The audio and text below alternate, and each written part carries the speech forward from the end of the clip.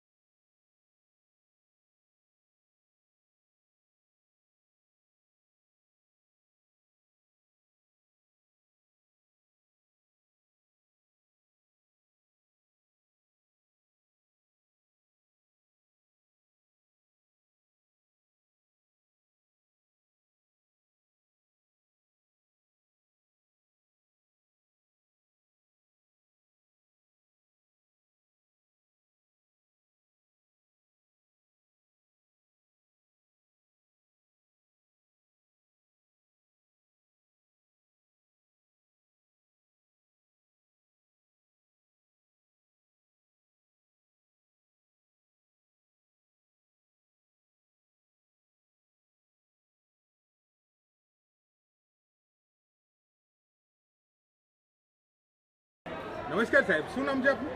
મારું નામ છે કાળુભાઈ કોલાદ. કાળુભાઈ, આ મંદિર પહેલાં તો કઈ જગ્યાએ આવેલું છે, પહેલાં એની માહિતી આપો. શું નામ છે આ આશ્રમનું, એની માહિતી આપો. આ મંદિરનું નામ છે રઘુવીર ધામ અને મંદિર આવેલું છે ડાકોરના બસ સ્ટેન્ડની જોડે.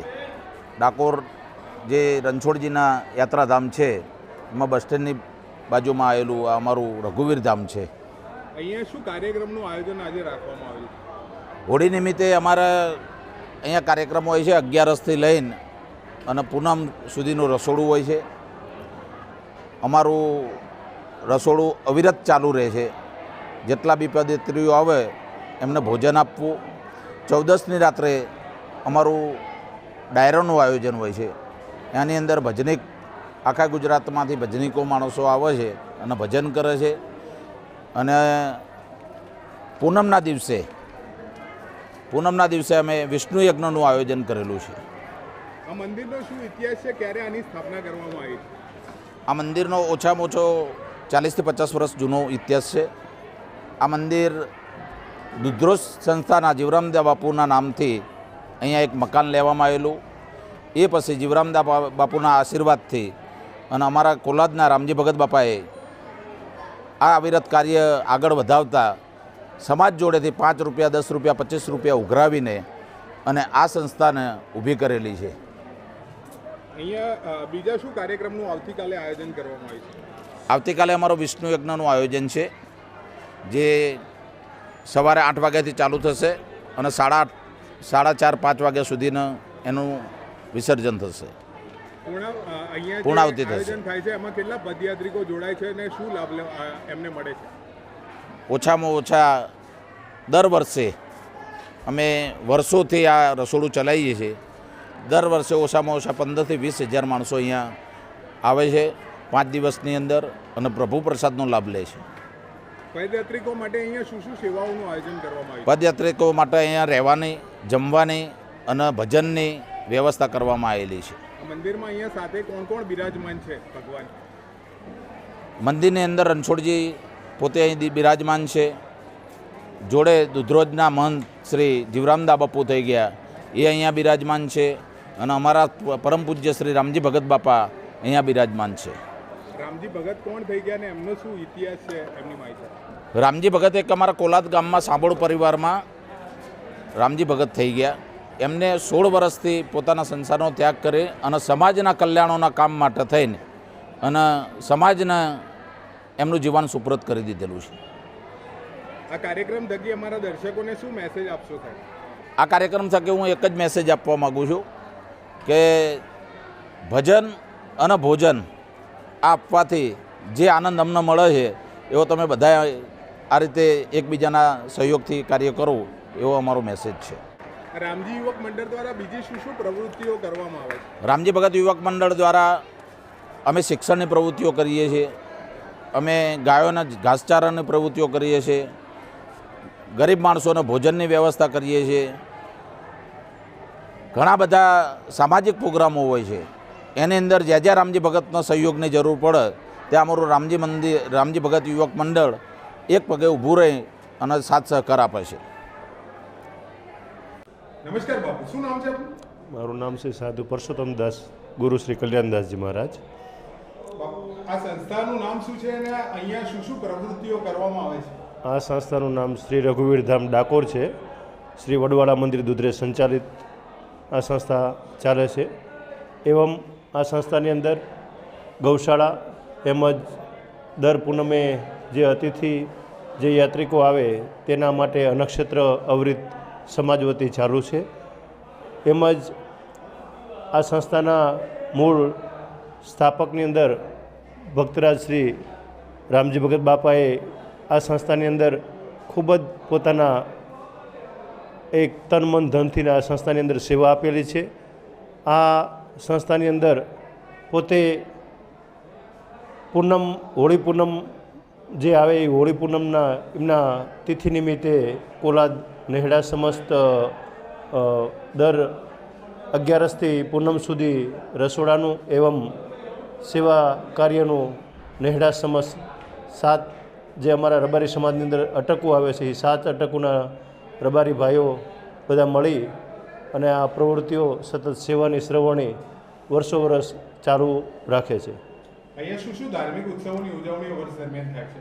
અહીંયા અમારે ભગવાન રાજા રણછોડના ધામની અંદર દર પૂનમની ઉજવણી હોય છે, 14ની રાત અને પૂનમનો દિવસ.